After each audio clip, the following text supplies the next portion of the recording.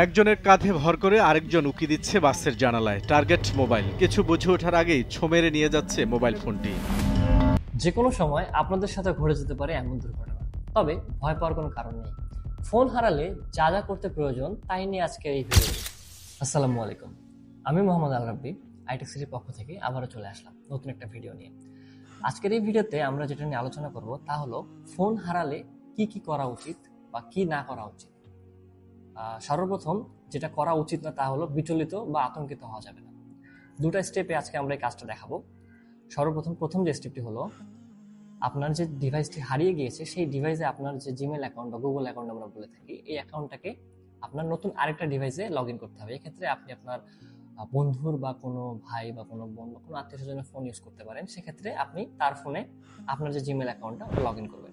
করার পরে আপনি সেই জিমেলে ঢুকবেন। ঢোকার পরে এক্ষেত্রে আপনি আমাদের যে অ্যাকাউন্ট রয়েছে আইটেক সিটি, এটা আমরা লগ ইন করে রাখছি, এই অপশনটায় যে ম্যানেজ ইউর গুগল অ্যাকাউন্ট এখানে যাবেন।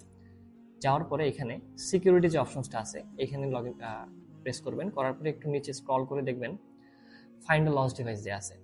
ফাইন্ড আ লস্ট ডিভাইসে গেলে আপনার যে ফোনটি হারিয়ে গিয়েছে বা চুরি হয়েছে সেইখানে আপনার ফোনটা শো করবে। এক্ষেত্রে আমার ধরেন S22+ যেটা দেওয়া আছে, এখানে আমরা ক্লিক করব। করার পরে সেই ফোনটার লাস্ট লোকেশন যদি ফোনটা অন থাকে সেখানে শো করবে। এবং যে কাজটা করা হয়, মানে ফোন আমাদের যখন হারিয়ে যায়, ফোনের মধ্যে আমাদের সব থেকে ইম্পর্টেন্ট ডেটা থাকে অথবা ডকুমেন্টস থাকে, যেটা আমরা সিকিউর করতে পারি এখান থেকেই। সো এখানে দুটো অপশনস আছে। প্রথম অপশনটা হচ্ছে সিকিউর ডিভাইস।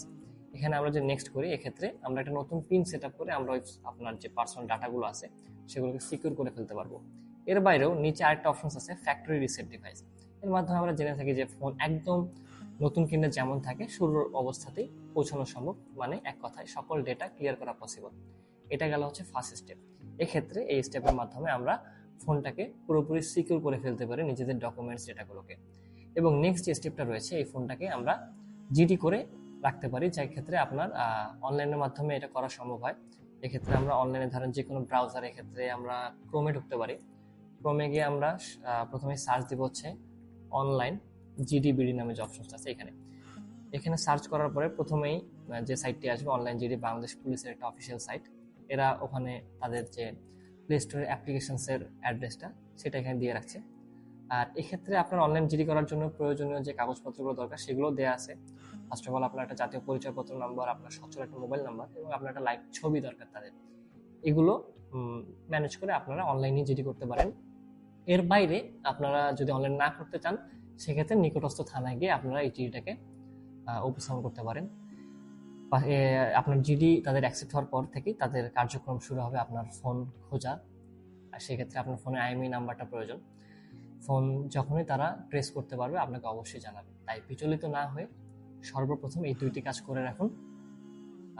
আবারও নতুন কোনো ভিডিওতে, ইনফরমেটিভ ভিডিও নিয়ে আবার চলে আসবেন ইনশাআল্লাহ। সাথে থাকবেন, সুস্থ থাকবেন, ভালো থাকবেন ইনশাআল্লাহ। আসসালামু আলাইকুম।